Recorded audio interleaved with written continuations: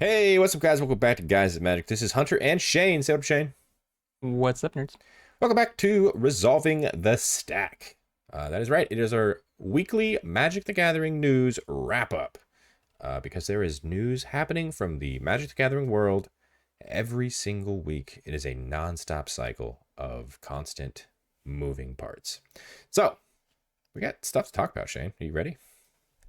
Born ready. Born ready. All right, so this is the week that was April 20th to April 26th, 2025. If you guys haven't already done so, hit the like button to let us know that you guys like these videos. And subscribe to keep up to date with everything else that we got putting out.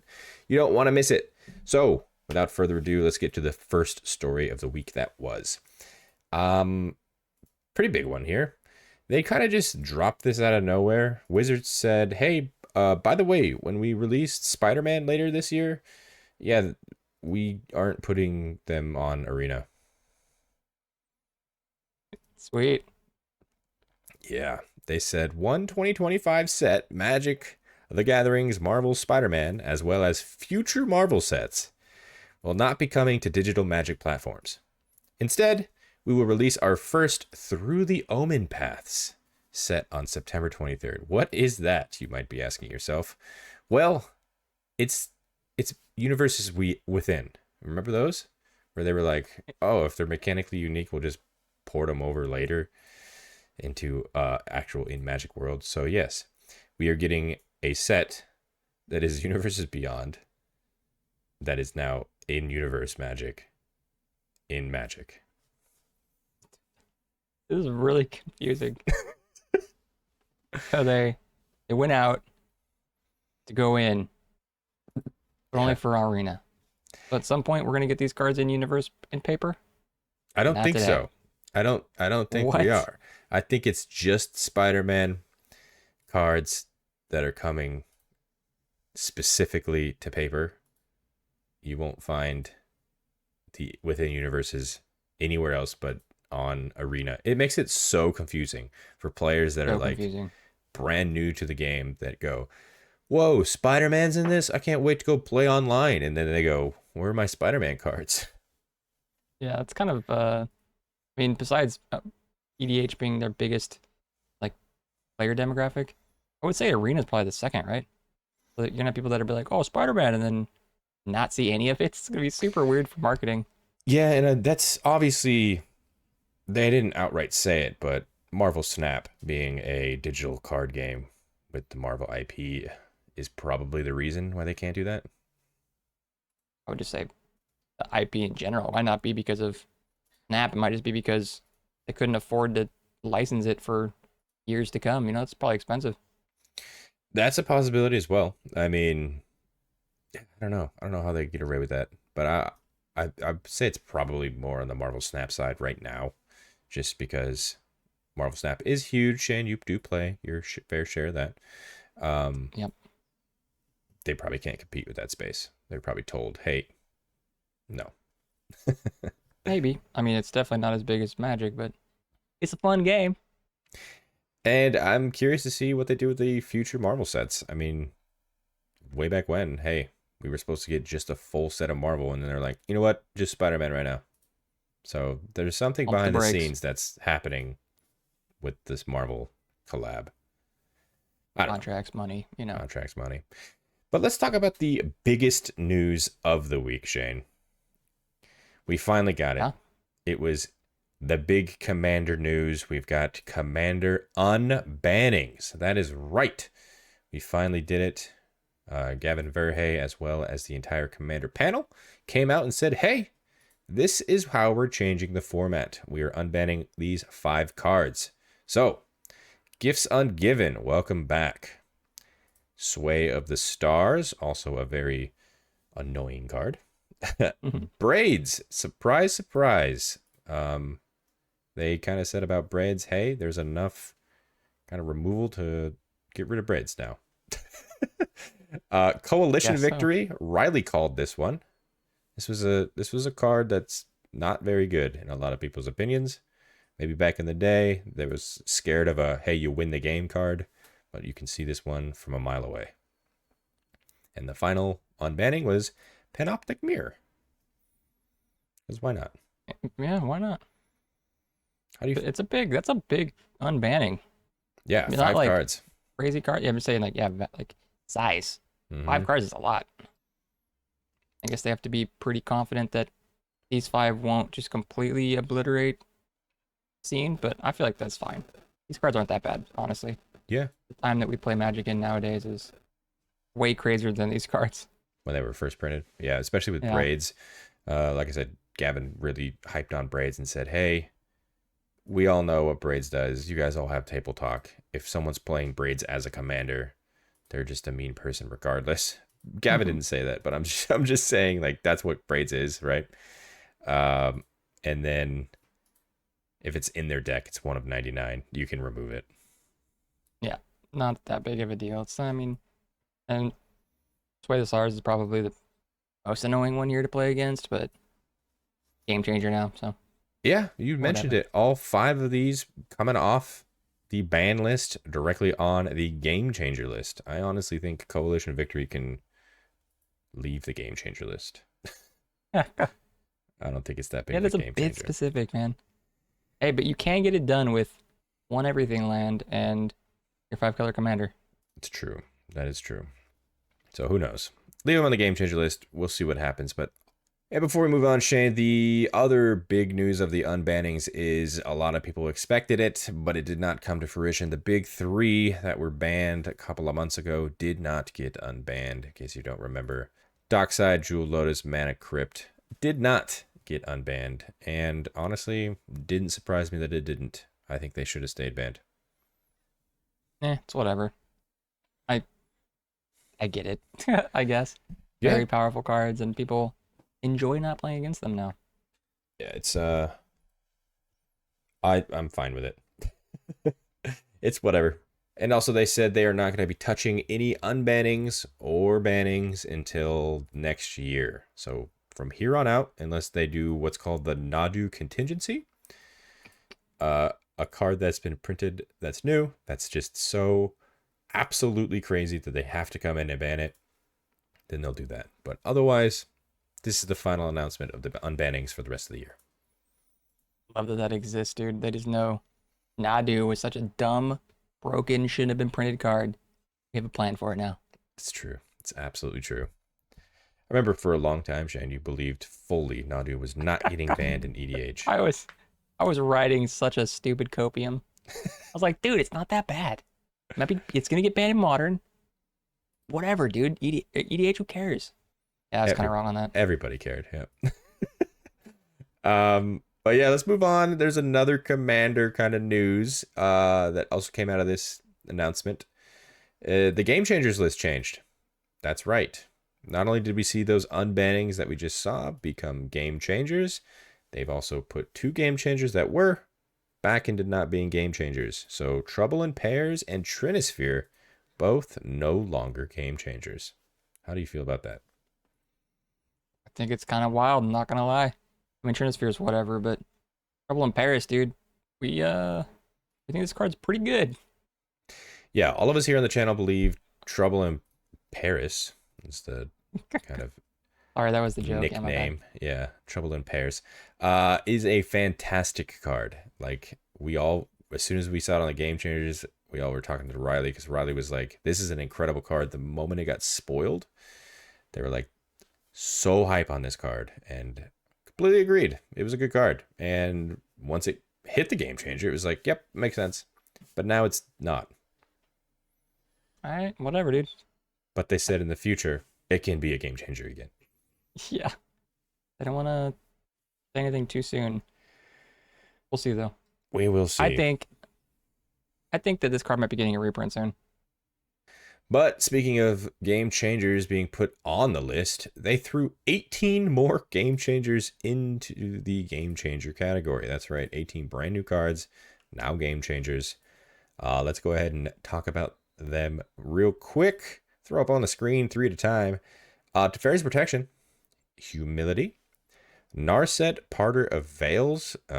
Pretty obvious why these 3. I mean, you've seen some of our upgrades before. I feel like Premier Protection is Teferi's Protection. That's a game changer. It's a great card. That's some premier protection. Narset Yeah, also. I think we all thought Teferi should have been a game changer off the bat, but it makes sense. Duh. Yeah, duh. Then you got Intuition, Consecrated Sphinx, and Necropotence. Another couple, duh. I was gonna say another couple. Duh. Consecrated and Necro. Let's go. Yeah. Then you have Orcish Bowmasters, Notion Thief, and Deflecting SWAT. Deflecting SWAT, I was kind of shocked it wasn't on the game changers in the beginning. That's pretty nuts. And then the other two, obviously, really good cards. Obviously, duh. Duh. And then you got Gamble, Worldly Tutor, and Crop Rotation. Just a couple more kind of tutor effects. Gamble's an interesting one, in my opinion, just because of that discard a card at random. You can also just discard on accident the card you just tutored for. So I don't know about Gamble, especially at sorcery speed. It's kind of a weird one. I mean, even crop rotation, in my opinion, is kind of a weird one. Well, I get they can go get your best land, but yeah, crop rotation, you just grab your best land, which is it seems weird. pretty good though. Like mana fixing to an extreme. 100%, I agree. Yeah. I don't know.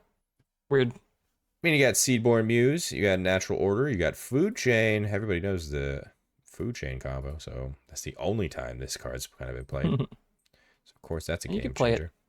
You could play it undegenerately, right? Right? Would you ever? No. Nah, probably not. Probably not. Seedborn Muse is a very interesting one because we just saw it reprinted in a precon, so that's right. That precon came loaded with a game changer. That's what I have a sneaky suspicion about Trouble in Pairs. Might be coming up in a precon sometime. That's a reprint, yeah.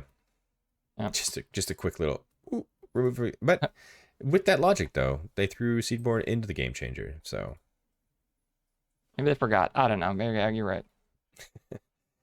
And then the final three is Aura Shards, Field of the Dead, and Mishra's Workshop. Just a couple of really good lands. Field of the Dead, obviously, is unlimited zombies. Is it powerful, though, enough to be a game changer? I think so. You gotta hit the Field of the Dead is definitely a changing of the game. Play that, and you're just like, cool. You got bodies Zombies. forever. Or you can just do some dumb combo with it. I don't know. It's crazy. Then, of course, Mishra's Workshop, one of the best lands you can have in any kind of artifact deck. $1,500 card. So Yeah. Yeah, I don't have one of these. yeah, go ahead. A little too expensive. Go ahead and get that copy if you need it. But yeah, game changers. How do you feel? 18 brand new ones. I think that what they alluded to was that people are welcoming more and more game changers, and I'm fine with this. Not a big deal. It's cool to get more granular like this. I do know it's going to be hard to balance because a lot of people think certain cards are game changers and others think they weren't game changers. So Well, it could be very subjective, but I think it's great. like Trouble in Pairs and Trinisphere, time will tell if they come off. I mean, we'll see. Or if they go back on. Or if they come off again. Like, at what point, like, I don't know. It's weird. It's very, very weird. But let's move on to some more news of the week, Shane. Secret Lair Chaos Vault. That's right. We got a brand new Secret Lair that they just dropped out of nowhere because Secret Lairs every day, I feel like. This is called Adventures of the Little Witch. It is 4 cards in this cool art style that kind of reminds me of Studio Ghibli. And they are testing something, or at least to the community, that's what it seems like they're doing. Because if you wanted these 4 cards in non-foil, it is $30. But if you wanted these 4 cards, I repeat, in foil, you're like, it's probably $40. It's $60. That is right. They have doubled the price from non-foil to foil. Hey, maybe it's just a chaos test. Don't. I have no idea. Don't I have no let idea. Wizards start charging double for foil. They'll do that for as long as people buy them. The market does what the market does. That's why I'm saying, hey, don't do this. I mean, if people out there are hearing this and don't like that idea, don't buy these. Don't interact with the $60 price point. So that's all they care about. They're like, oh, cool, it's sold. Let's do it. Let's do it again. They're gonna buy more. Yeah, Yep. these four cards specifically aren't even that expensive. So Yeah. It's kind of weird. I don't get it. It's pretty wild to me. But hey, let's move on to the next topic of discussion. We're talking about money, Shane. Guess what? Magic What? is making Hasbro more money. Who would have No thought? way. Yeah, isn't that crazy? You're lying to me. So Hasbro released their first quarter performance of 2025, and a whopping year over year from the first quarter, Wizards of the Coast is up 46% For Hasbro. for Hasbro. Yeah, over profit. Yeah. Pretty pretty good. That's there's your chaos volts. Yeah. And if you look at that comparatively to other consumer products from Hasbro, they're down minus 4%. The entertainment section for Hasbro is down minus 5%. Um, so, yeah, it seems like Wizards is pulling up Hasbro as much. So, well, I'll just say this: Hasbro's first quarter revenue increased 17%, which was driven by 46% growth in the Wizards and digital gaming segment compared to the previous year. Pretty nuts. Pretty nuts, dude. Wow. Hmm. And then if you look at the Wizards of the Coast revenue drivers, kind of broken down what Wizards of the Coast is doing. Wizards tabletop, well, that's up 37%. Wizards digital, which is like Arena, that's up just 1%. And then digital licensing, that's up 8%. And then FX is down negative 1%. But still, total revenue increase of 46% looks like being very much due to Wizards tabletop, mainly Magic the Gathering. I know they do Dungeons and Dragons as well, but of course it's mostly the card game, and they broke it down even more, but we can go into that. So my question for you, Shane, is this all due to price increases on the products we've seen recently? I think we talked about it a little bit, and I think that it's yeah, okay, I'll say yes, I think it is. But I also think that in order to demand such a higher price and people okay with paying it, I think the product is getting better. At least that's what I think. Because you can't just only jack it up and then not have anyone buy it, you know what I mean? So you need there to be a good product and it to be more expensive. I think it's both. Well, I also look at it like this, right? They're just keeping prices the same but giving you less. Like a box of play boosters, for example. You're only getting 30 packs now. Remember when it used to be 32? True. Remember when it used to be 36? I was gonna say 36, but Yeah. that was It just keeps that was going down. draft though. You got 30 Then packs. we had set and then we had I don't know. It all depends on what's in the box. Like I think set was their best seller, in my opinion, right? Set Yeah. packs. Yeah, but then they were like, you know And they what? were like, oh, that's too good. That's selling more than our draft. We got to do something with draft. So Yeah. let's just all Yeah. combine it into one. That And could be helping too. it's sure it could be. Or the prices increases of collectors and all that other stuff because man, we have seen some of these they just keep going up in price, right? Yeah.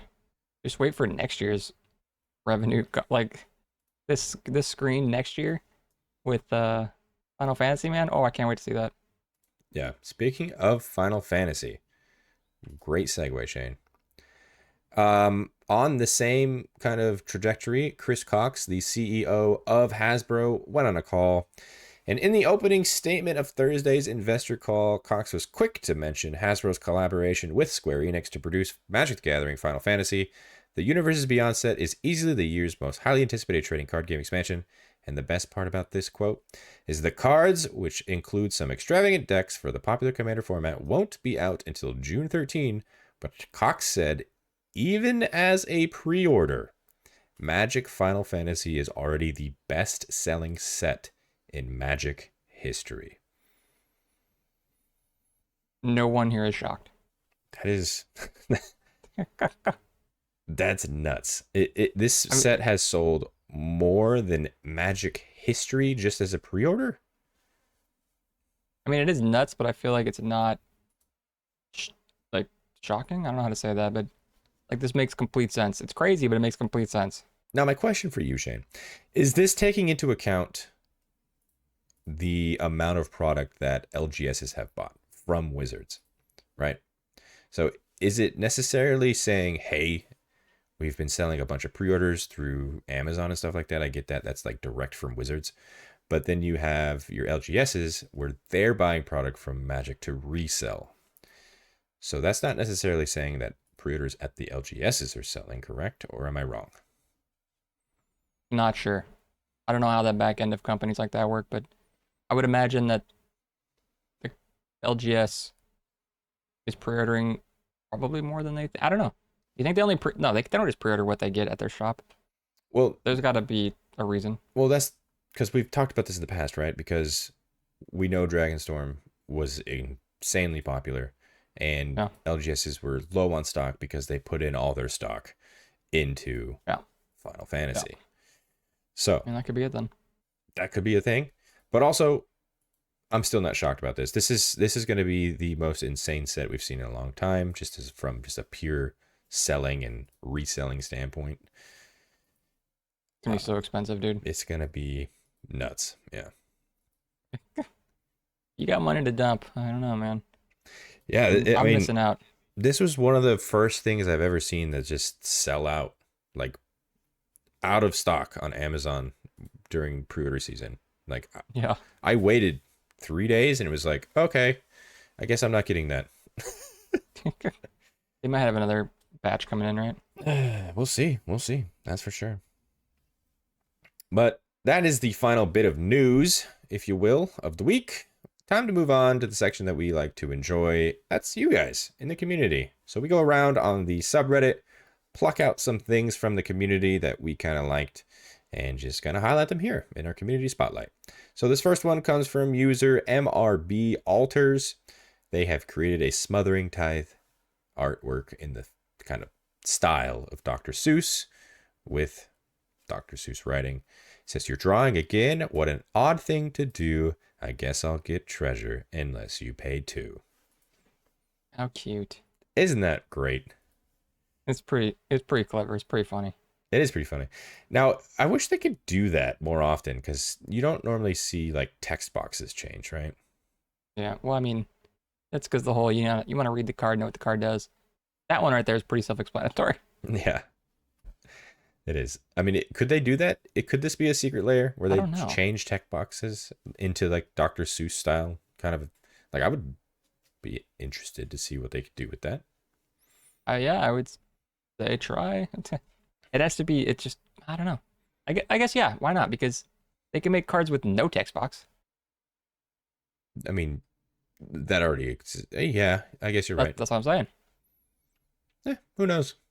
But shout out to MRB Alters. Very cool. Very clever. Very cool. Going on to another altar, we have user Amkitani. We've seen them before. This is their Liliana of the Veil. It's pretty sweet. Yep. I think we've seen him before, like you said, but the one that stuck out in my mind was that Urza Saga, dude. Like, I just love this comic book strip style. Yeah, it's a very unique style. That's why we keep sharing this person. Like they keep making it to the top of the week for a good reason. Yeah. Wizards of the Coast. Give them a secret layer. Make him a chaos. Chaos Vault. There you go. Charge 60 for it. For foil. Drop it whenever you want. Final community spotlight we were talking about is from user Urza Kenobi. They kind of posted this as a LOL once Panoptic Mirror got unbanned. This was their quote bad card that they collected just for fun from back in the day. And Yeah. now they're sitting on money, I guess. Hopefully Yeah, they can sell quick because I think this card was like $8. Now it's 50. I think that people are FOMOing. I told you. Definitely, if you want to play this card, just wait. Right now, the price is kind of nuts. It will even out. But yeah, if I was this guy, dude, I'm dumping these. Yeah. I would, I mean, throw them in all your decks. You got enough, right? That too. Yeah, if you want to play with them. You were collecting this for a reason. You know, hey, it is your moment. Now is your moment. I love it. But that is going to do it for us today. If you guys like that video, hit the like button, subscribe to the channel if you haven't done so already, so you're staying up to date with everything else we got putting out. Check the description. You'll find links to all of our social media accounts. Follow us on those as well, in case you wanted to see what else stuff we got going on. And comment down below. what do you guys think about all these stories? We got quite a bit. Like, you think Wizards is just going to keep making money for Hasbro? Are you excited for Final Fantasy? What do you think about all the unbannings? We got a lot of news from today. And on the screen right now, those are all of our Patreon subscribers. Thank you guys so much for your added support. It really does mean the world to us. If you guys wanted to check out what they're seeing, which is not here on YouTube, please check the link in the description as well and consider subscribing. And a very special shout out to our Gains Indestructible tier, starting with Ryan Ganella, Daryl Tripp, Marion Turner, Doc Jerome, Jimmy Ward, Kevo, Larry Killian, Thrifty PSGR, and Tim K. You guys are awesome. Appreciate every single one of you. And until the next video, I hope you guys have a great rest of your day. Peace. Bye-bye.